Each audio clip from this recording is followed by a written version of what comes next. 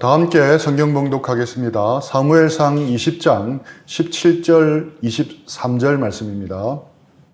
다윗에 대한 요나단의 사랑이 그를 다시 맹세하게 하였으니 이는 자기 생명을 사랑함 같이 그를 사랑함이었더라. 너와 내가 말한 일에 대하여는 여호와께서 너와 나 사이에 영원토록 계시느니라 하니라. 아멘. 오늘은 요나단과 다윗처럼이라는 제목으로 설교를 풀어가면서 먼저 영화 반지의 제왕에 대한 이야기를 잠깐 해보기를 원합니다. 피터 잭슨 감독의 영화 반지의 제왕은 3부작 영화이며 총 러닝타임이 10시간 가까이 되는 대작입니다. 영화의 원작은 J.R.R. 톨킨의 소설입니다. 톨킨은 우리에게 친숙한 C.S. 루이스의 절친한 문학 동료였습니다. 또 무신론자인 C.S. 루이스가 주님께 돌아오는데 결정적인 기여를 하기도 했습니다. 저는 일전에 영화 설교를 하기 위해 이 영화를 공부하기도 하고 여러 번 보았습니다. 영화를 보면 볼수록 또 알면 알수록 톨킨이 가진 영적인 통찰력에 감탄하지 않을 수 없었습니다. 성경이 말씀하고 있는 핵심 진리를 이 판타지라는 장르 안에서 등장하는 인물과 사건들 속에서 은유적으로 선명하고도 강렬하게 전해주고 있었습니다. 비유와 은유의 의미를 하나씩 발견할 때마다 감탄하지 않을 수 없었습니다. 영화를 못 보신 분들을 위해서 잠시만 소개해드리고자 합니다. 어둠의 제왕 사울온이 힘을 회복하고 강력한 군대를 이루어 갑니다. 뿐만 아니라 중간계의 많은 종족들이 사울온에 합류합니다. 이제 사울온이 중간계를 지배할 목적으로 만든 절대반지만 되찾으면 중간계는 어둠의 재앙 사울온에게 완전히 넘어가는 절체절명의 상황이었습니다. 절대반지는 골룸에서 빌보를 거쳐 지금은 프로도가 가지고 있는데 그 반지는 어떤 힘으로도 폐기시킬 수 없습니다. 오직 한 가지 방법은 그 반지가 만들어진 운명의 산 몰도르의 요감 속에 던져버리는 것입니다. 그것이 반지를 없애버릴 수 있는 유일한 방법이었습니다. 그래서 만들어진 것이 반지 원정대입니다. 프로도가 반지 폐기에 성공할 수 있도록 돕기 위해서 만들어진 겁니다. 지도자는 마법사 간달프였습니다. 간달프는 마법으로, 아라곤은 칼로, 요정 레골라스는 화살로, 김리는 도끼로, 보르미르는 용맹스러움으로 함께 참여하게 되었습니다. 중간계를 구하기 위해서 모인 이들 모두는 각 종족의 대표들이었습니다. 여기까지는 모두가 수긍할 수 있는 반지 원정대의 구성입니다. 그런데 작가 톨킨은 이 중차대한 사명을 띤 반지 원정대에 이상한 일행을 가담시킵니다. 메리, 피핀, 샘입니다. 호빗 족속으로 난장이처럼 키가 작고 약하고 겁 많은 친구들이었습니다. 두려움 때문에 아직까지 고향 땅을 한 번도 떠나본 적이 없는 소신남들이었습니다. 더 기가 막힌 것은 이들에게는 특별한 사명감도 없었습니다. 심지어는 반지 원정대가 출발하는데도 불구하고 어디로 가는지도 왜 가는지조차도 모릅니다. 샘, 피핀, 메리는 어디로 가는지도 모르고 반지 원정대에 지원한 것입니다. 영화를 주의 깊게 보면 이런 질문을 하지 않을 수가 없습니다. 중간계의 운명을 짊어진 반지 원정대를 구성하면서 작가 톨킨은 왜 이들을 포함시켰을까요? 샘, 피핀, 메리가 프로도와 함께 반지 원정대에 참여한 이유가 무엇이겠습니까? 오직 한 가지 이유밖에 보이지 않습니다. 친구 프로도와 함께하기 위해서였습니다. 그 외에 다른 어떤 이유도 드러나지 않습니다. 그 세 사람 중에서 특별히 샘은 끝까지 단 한순간도 프로도를 떠나지 않습니다. 또 절대 반지가 가진 욕망에 사로잡히지도 않습니다. 그런 샘에게는 뚜렷한 인생의 목표가 있지도 않았습니다. 분명한 사명감도 동기력이 아니었습니다. 셈에게 있어서 동기력은 오직 친구였습니다. 셈에게 행복이라는 것은 오직 친구였습니다. 셈이나 멜이나 피핀의 머릿속에는 늘 친구가 있었습니다. 가족이 있었습니다. 또 자기가 돌아가야 할 고향 땅 샤이어가 있었습니다. 샤이어에 같이 둘러앉아서 밥을 먹고 포도주를 마시고 놀고 게임하는 것이 그들의 꿈이었습니다. 권력과 물질과 성공을 줄 수 있는 절대 반지에는 별 관심이 없었습니다. 그냥 사랑하는 사람들이 그들의 전부였습니다. 굉장히 심플했습니다.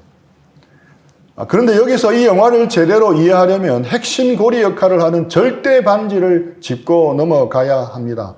한 사람도 예외 없이 등장인물 모두가 이 절대 반지를 소유하고자 하는 욕망을 주체하지를 못합니다. 조그만 반지 하나가 뭐길래 그토록 집착하는지 선뜻 이해가 되지 않습니다.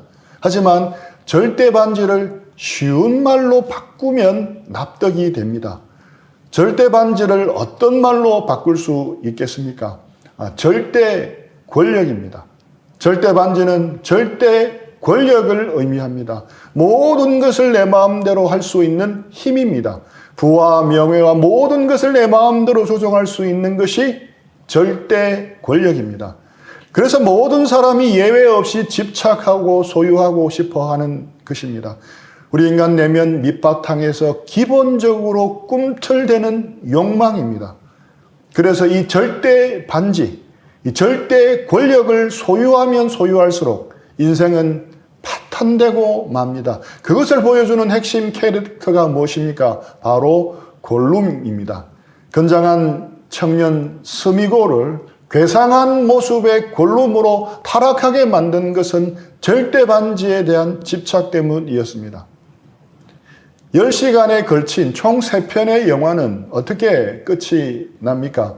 스포일러이지만 모두가 다 아는 내용이라서 말해도 될 것 같습니다. 프로도에 의해 절대 반지는 몰도르의 운명의 산 용암 속에 던져짐으로 완전히 폐기됩니다. 그 결과 호빗 쪽의 고향 샤이어를 비롯한 중간계 전체는 다시 평화가 찾아옵니다. 영화는 그렇게 해피 엔딩으로 막을 내립니다. 그렇게 영화가 끝이 나지만 현실은 그렇지 않습니다. 아직도 여전히 전쟁 중입니다. 우리 각자는 아직도 절대 반지를 폐기하지 못했습니다. 여전히 집착하고 있습니다. 그 절대 반지를 폐기시켜야 우리의 삶 속에 진정한 평안이 찾아옵니다. 그 절대 권력에 대한 욕망을 내려놓을 때 우리의 삶 속에 진정한 평화가 오는 것입니다. 그래서 우리의 신앙 여정은 그 절대 반지를 폐기시키러 가는 여정이라 할 수 있습니다. 저자 톨킨은 그 절대 반지를 향한 욕망을 이기는 중요한 키를 영화 곳곳에 심어두고 있습니다. 그 중에 하나가 바로 우정입니다. 반지 원정대 9명 간의 우정을 보여줍니다. 메리와 피핀이 보여주는 우정을 드러내줍니다. 그리고 샘과 프로도 사이에 있는 깊은 우정에 카메라를 줌인합니다. 그 중에서도 저자의 의도를 분명하게 드러내는 장면이 하나 있습니다. 이제 반지 원정대가 몰도르의 운명의 산으로 가기 위해서 산을 넘어야 하지만 눈 덮이고 눈보라가 몰아치는 산을 넘는 것이 거의 불가능한 상황이었습니다. 그래서 지름길인 모리아 광산으로 들어가는 장면이 나옵니다. 그런데 모리아 산 하면 무엇이 떠오르십니까? 모리아 산은 예수님이 십자가에 못 박힌 골고다가 있는 산입니다. 우연의 일치가 아니라 작가의 치밀한 의도라 생각됩니다.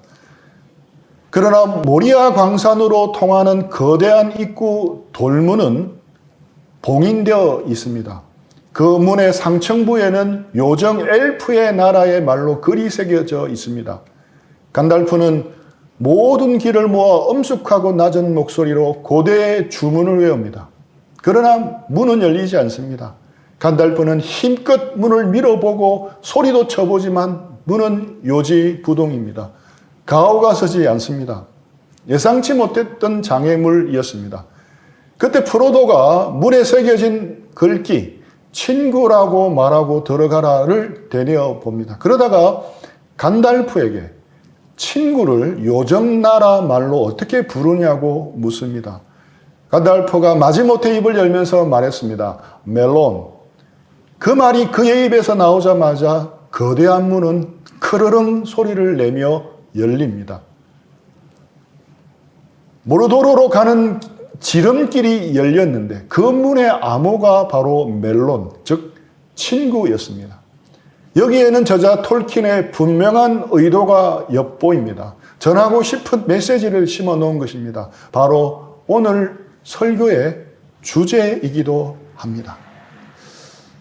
다시 사무엘서 본문으로 돌아오겠습니다. 지난주 사무엘서 큐티 묵상을 하면서 사무엘에서도 반지의 제왕에서 보이는 동일한 복선과 메시지가 느껴졌습니다. 하나님 마음에 합한 대리 통치자가 다스리는 나라를 세우고자 하는 것이 하나님의 계획이었습니다. 사무엘서는 그 과정을 그리는 책으로 사울의 왕국이 폐하여지고 다윗의 왕위가 세워지는 일련의 사건들을 기록하고 있습니다. 그런데 그 스토리 가운데 다윗과 요나단의 이야기가 꽤 비중 있게 다루어지고 있음을 볼 수 있습니다. 하나님께서 우리에게 던지는 메시지가 느껴지는 대목입니다. 그것이 무엇입니까? 하나님 나라를 세우는 데 있어 중요한 포인트 중에 하나가 바로 우정이라는 겁니다. 아름다운 친구 관계를 통해서 하나님은 하나님의 나라를 세워 가신다는 것을 말씀하고 싶으신 것입니다. 비교를 한번 해보겠습니다. 반지의 제왕의 주연은 프로도입니다. 사무엘서의 주연은 다윗입니다. 반지의 제왕에서 프로도가 반지를 폐기시키는 일을 완수하는 데 있어 친구 샘의 역할이 너무도 지대했습니다. 한결같이 떠나지 않고 끝까지 함께한 샘 덕분에 절대 반지의 유혹에 넘어갈 뻔한 위기들 속에서 프로도는 사명을 감당할 수 있었습니다. 마찬가지로 사무엘서에서 다윗이 사울 왕의 살인 위협 속에서도 살아남을 수 있도록 그를 도운 것은 바로 친구 요나단이었습니다. 그가 없었더라면 아마 사울 왕에게 잡혀 죽을 수도 있었습니다. 아니면 두려움에 사로잡혀 낙심하고 좌절해서 포기해 버렸을 수도 있습니다. 아무도 다윗을 보호해주지 못하고 그의 편이 되어주지 못하는 상황에서 요나단은 다윗의 보호자가 되어 주었고 한결같이 그의 편이 되어 주었습니다. 사무엘서 스토리 9에서 중요한 포인트 중에 하나가 다윗과 요나단의 우정이라는 것이 분명하게 보입니다. 이 메시지를 염두에 두면서 이제 다윗과 요나단의 우정에 주목하기를 원합니다. 다윗과 요나단의 우정에 주목할 때 먼저 발견할 수 있는 것은 다윗보다는 요나단의 우정입니다. 친구 관계는 서로 주고받으면서 깊어지는 법인데 다윗과 요나단의 관계에서는 그렇지 않았습니다. 다윗이 한 것이 보이지 않습니다. 지난주 큐티를 한번 떠올려 보십시오. 다윗이 요나단을 위해서, 요나단의 유익을 위해서 해준 것이 떠오르십니까? 생각나는 것도 없고 발견되는 것도 없습니다. 다윗이 요나단을 위해서 한 일이 보이지를 않습니다. 반면에 요나단이 다윗에게 보여준 우정은 정말 국보급 우정이었습니다. 다윗은 일방적인 수혜자였을 뿐입니다. 다윗에게 요나단은 정말 놀라운 선물이었습니다. 다윗에게 요나단 같은 친구를 주신 것은 놀라운 하나님의 은혜였습니다. 상식적으로 생각해 볼 때 요나단은 다윗의 친구가 되기 어려웠습니다. 친구가 되기보다는 정적이 되어야 마땅했습니다. 서로 위해주는 친구가 되기보다는 상대를 죽여야 내가 살아남을 수 있는 정적이 되어야 마땅했습니다. 요나단이 다윗의 친구가 되기 어려웠던 이유에는 어떤 것이 있었습니까? 첫째, 자신에게 주어질 왕의 자리를 내어놓아야 했습니다. 다윗이 없었더라면, 다윗이 등장하지 않았더라면 아버지 사울 왕의 자리는 자연스럽게 자신에게 성계되어졌을 것입니다. 또 다윗이 아무리 두각을 나타내어도 그냥 잠시만 모른 채 해버리면 다윗은 끝이었습니다. 왕이 보낸 자격에 의해 지도새도 모르게 죽었을 것입니다. 그러면 왕의 성계는 자신의 것이 되는 것이 너무나 자명했습니다.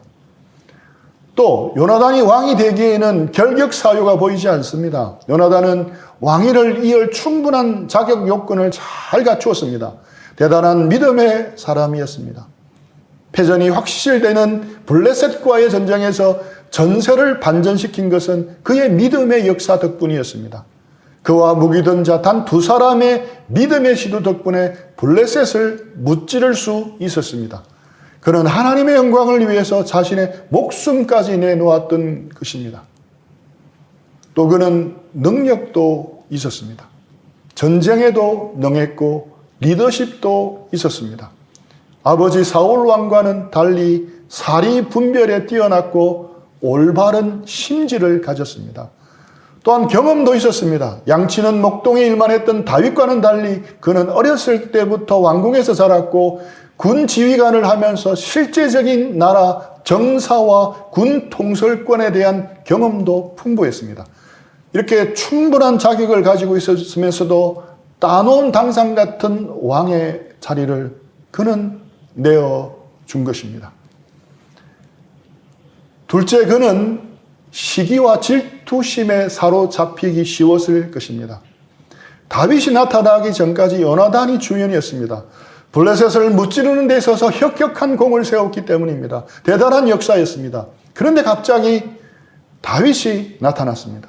다윗이 블레셋 골리앗을 쳐서 치한 후에는 사람들은 더 이상 요나단을 주목하지 않았습니다. 새로운 영웅 다윗에게 주목하기 시작했습니다. 모든 시선이 자신에게서 다윗으로 옮겨간 것입니다. 그도 그럴 것이 요나단과 무기던 자가 블레셋을 쳐서 무찌른 것은 이스라엘 백성이 직접 보지를 못했습니다. 오늘날로 말하면 TV 생중계가 안 된 것입니다. 하지만 다윗이 이루어낸 눈부신 전과는 달랐습니다. 엘라 골짜기 평원에서 다윗이 골리앗을 무찌르는 통쾌한 장면을 모든 이스라엘 백성들은 산 위에서 실시간으로 내려다보고 있었습니다. TV 생중계와 더불어 유튜브 라이브 중계까지 이루어진 것입니다. 그러니 다윗의 인기는 하루아침에 하늘을 찌르듯 폭발적이었습니다. 요나단에게 집중되었던 스포트라이트는 이제 다윗에게로 옮겨지게 되었습니다. 질투하는 마음이 생기고 시기하는 마음이 생겨도 전혀 이상해 보이지 않는 상황이었습니다. 아니면 자기 연민에 빠져서 힘들어해도 충분히 이해가 될 수 있는 상황이었습니다. 그런데 요나단은 시기와 질투의 덫에 걸리지 않았습니다. 자기 연민의 덫에도 걸리지 않았습니다. 그는 주연의 자리를 연연해 하지 않고 다윗에게 내어줍니다. 그리고 스스로 조연의 자리로 내려옵니다. 격려받고 싶은 마음을 내려놓고 다윗을 격려해 주는 것을 선택합니다. 자신도 사랑받고 지지받고 싶었지만 그 마음을 내려놓고 사랑해주고 지지해주는 자리에 있습니다. 무대 위에서 박수를 받는 주연의 자리에 서고 싶지만 그 마음을 내려놓고 무대 아래로 내려옵니다. 그리고 무대 위에 있는 다윗을 향해 무대 아래서 힘껏 환호성과 박수를 칩니다. 세상적으로 볼 때 요나단은 참으로 어리석은 사람입니다. 참으로 바보 같은 사람입니다.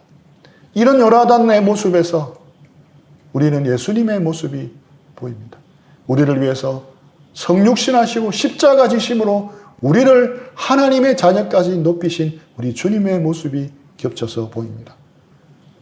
정말 생각하면 생각할수록 다윗에게 이런 요나단이 있었다는 것은 너무나 소중한 선물이었습니다.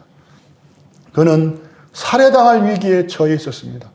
나와 죽음 사이에는 한 걸음뿐이라고 말할 정도로 지금 다윗은 절체절명의 위기 속에 있었습니다. 라마 나요스에 있는 선지자 사무엘을 찾아갔지만 보호자가 되어주지를 못했습니다. 친부모도 친형제들도 도움이 되지 못했습니다. 오히려 그곳에 피했다가는 같이 죽을 수도 있는 상황이었습니다. 그럴 때 다윗에게 유일하게 떠오른 사람은 요나단이었습니다. 그래서 그를 찾아갔습니다. 두려움 속에서 거의 제정신이 아니었던 다윗을 살려낸 것은 바로 요나단이었습니다. 정말 모든 사람이 외면해버리는 어려운 상황에도 함께 해준 그 사람은 바로 요나단이었습니다. 영국에 있는 한 출판사에서 상금을 내걸고 친구라는 말에 정의를 공모한 적이 있습니다. 수많은 응모작 중에서 1등은 이 글이었습니다. 친구란 온 세상 사람이 다 내 곁을 떠났을 때 나를 찾아오는 그 사람이다. 온 세상 사람들이 다 내 곁을 떠났을 때, 그때도 나를 찾아주는 사람이 친구라는 것입니다. 여러분에게 이런 친구가 있습니까? 함석헌 선생도 동일하게 말합니다. 말리길 나서는 날 처자를 내 맡기며 맘 놓고 갈 만한 사람, 그 사람을 그대는 가졌는가? 온 세상 다 나를 버려 마음이 외로울 때에도 저 마음이야 하고 믿어지는 그 사람을 그대는 가졌는가? 다 같은 맥락입니다. 친구란 정말 힘들고 어려울 때 함께 있어주는 사람입니다. 말리길 나서는 날에 온 세상 다 나를 버려 외로울 때도 함께 해주는 사람이 바로 친구입니다. 지금 여러분에게 묻고 싶습니다. 각자의 마음속으로 한번 대답해 보시기 바랍니다. 여러분은 그 사람을 가졌습니까? 그런 친구가 여러분에게 있습니까? 지금 떠오르는 얼굴이 있습니까? 다윗에게 이 질문을 했다면 요나단의 얼굴이 떠올랐을 것입니다. 여기서 내 중심에서 벗어나 좀 다르게 질문을 해보겠습니다. 만약 지금 다른 사람에게 동일하게 이 질문을 한다면 우리 이름 석자와 우리 얼굴을 떠올릴 사람이 여러분에게 있습니까? 그 사람을 그대는 가졌는가? 지금은 아니더라도 앞으로는 이 질문에 누군가가 떠올릴 이름 석자와 얼굴이 우리가 되기를 축복합니다. 나에겐 왜 요나단과 같은 친구가 없을까 하지 마시고 오늘부터 우리 모두가 요나단과 같은 사람이 되기를 축복합니다. 사무엘상 20장 17절 말씀입니다. 다윗에 대한 요나단의 사랑이 그를 다시 맹세하게 하였으니 이는 자기 생명을 사랑함 같이 그를 사랑함이었더라. 요나단은 다윗을 자기 생명처럼 사랑했습니다. 그렇다면 이런 요나단의 그 놀라운 사랑, 그 우정의 비밀은 무엇이겠습니까? 어떻게 그런 관계를 맺어갈 수 있었겠습니까? 사무엘상 20장 23절입니다. 너와 내가 말한 일에 대하여는 여호와께서 너와 나 사이에 영원토록 계시느니라 하니라. 여호와께서 너와 나 사이에 영원토록 계시느니라. 우리 42절도 보겠습니다. 요나단이 다윗에게 이르되 평안히 가라. 우리 두 사람이 여호와의 이름으로 맹세하여 이르기를 여호와께서 영원히 나와 너 사이에 계시고 내 자손과 내 자손 사이에 계시리라 하였느니라 하니 다윗은 일어나 떠나고 요나단은 성읍으로 들어가니라. 여호와께서 영원히 나와 너 사이에 계시고 다윗과 요나단의 우정의 비밀은 바로 하나님이 그들 사이에 계신 것이었습니다. 우리 인간은 연약합니다. 지극히 자기중심적입니다. 그래서 좋은 친구 관계를 맺고자 하더라도 언제든 깨어지기 쉽습니다. 우리 모두 연약한 인간이기에 죽고 못 사는 사이에서 하루아침에 왼수 같은 관계가 될 수 있습니다. 인간과 인간이 만나고 부딪히면 상대방에게서 얼마나 많은 단점들이 보입니까? 그래서 나와 너 사이에 하나님이 계셔야 합니다. 그래야 나와 너 사이가 지속되고 깊어지는 것입니다. 하나님을 통해서, 예수님을 통해서 다른 사람을 바라보아야 합니다. 하나님을 통해서 형제 자매들을 바라보고 아내를 바라보고 남편을 바라보아야 합니다. 하나님을 통해 우리가 만날 때 하나님 안에서 함께 거할 때 우리는 비로소 온전한 관계를 맺을 수 있는 것입니다. 다윗과 요나단이 보여준 우정은 단순히 사람들 간의 우정이라고 보면 안 될 것입니다. 상식을 뛰어넘는 그들의 우정의 비결에는 바로 하나님이 계셨기 때문입니다. 하나님이 나와 너 사이에 계시고, 신약 성경에서 예수님도 이러한 우정의 중요성을 제자들에게 말씀하셨습니다. 요나단이 다윗에게 보여준 우정을 표현만 다르지 동일한 의미로 말씀하셨습니다. 요한복음 13장 34, 35절입니다. 새 계명을 너희에게 주노니 서로 사랑하라. 내가 너희를 사랑한 것 같이 너희도 서로 사랑하라. 너희가 서로 사랑하면 이로써 모든 사람이 너희가 내 제자인 줄 알리라. 예수님은 제자들에게 서로 사랑하라고 말씀하셨습니다. 예수님이 사랑하신 것처럼 서로 사랑하라고 말씀하십니다. 요나단이 다윗을 사랑한 것처럼 서로 사랑하라고 말씀합니다. 그럴 때 모든 사람이 너희가 내 제자인 줄을 알리라라고 말씀합니다. 하나님 나라를 세워야 할 제자들에게 예수님은 사랑의 공동체, 우정의 공동체가 되어야 한다고 말씀하신 것입니다. 영화 반지의 제왕에서 톨킨은 신앙생활의 핵심으로 사명감뿐만 아니라 우정을 말하고 있습니다. 사무엘서에서도 하나님 나라를 세우는 중요한 힘 중에 하나로 우정을 말하고 있습니다. 예수님도 복음을 모든 민족에게 전하고 제자 삼는 과정에서 서로 사랑하는 것을 말씀하고 있습니다. 그래서 우리가 꿈꾸어야 할 제자 공동체는 바로 이런 사랑의 공동체, 우정의 공동체가 되어야 할 것입니다. 얼마 전에 소개받고 본 나의 아저씨라는 드라마에서 은혜와 감동을 받았는데 거기서도 또 우리가 추구해야 할 공동체의 모습이 보였습니다. 서울에서 가장 낙후된 동네인 후계동의 주인공의 동창생이 운영하는 정인회라는 술집에 주목하게 되었습니다. 이 정인회에서는 매일 저녁 후계동 토박이들이 모여서 실패한 B급 인생들의 하소연들을 쏟아 놓습니다. 다 남남이지만 한 동네에서 어릴 때부터 같이 자란 사람들이 모이는 곳입니다. 가족은 아니지만 큰 의미에서는 가족 같은 사람들입니다. 이들은 정인회에서 시간 날 때마다 모여서 함께 노래하기도 하고 함께 웃다가 함께 울기도 하고 때론 함께 기뻐해주고 때론 친구를 위해서 함께 싸우러 가기도 했습니다. 다들 문제 많고 찌질하기도 하고 사회에서 제대로 자리 잡지 못한 사람들이었습니다.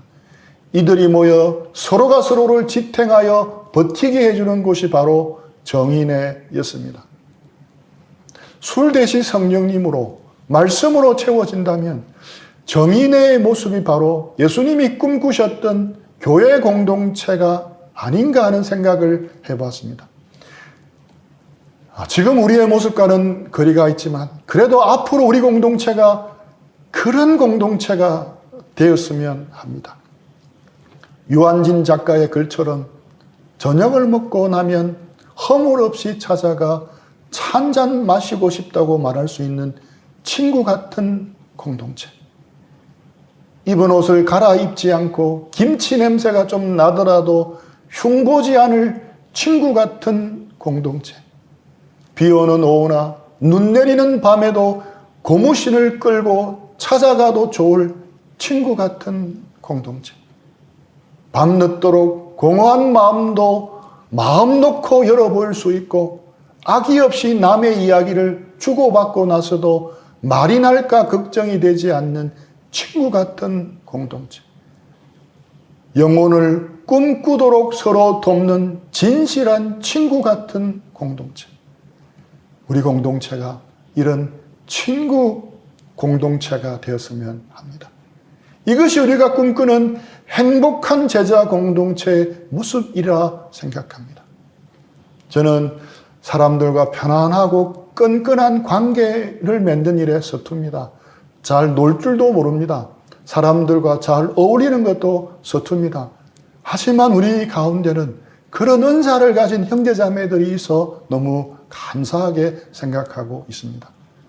우리 공동체가 하나님이 우리 가운데 함께 하심으로 더욱 친밀하고 끈끈한 친구 공동체, 사랑의 공동체를 향해서 성장해 나갔으면 합니다. 우리 모두가 그런 공동체를 꿈꾸며 소망하기를 축복합니다.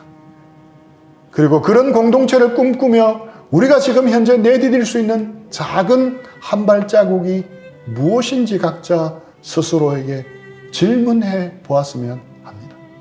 예를 들자면 매일 아침마다 카톡으로 올라오는 형제자매들의 기도 제목부터 한 마음으로 간절하게 함께 기도하는 것입니다. 우리 들은 말씀 생각하면서 잠시 적용하고 기도하는 시간을 가지겠습니다.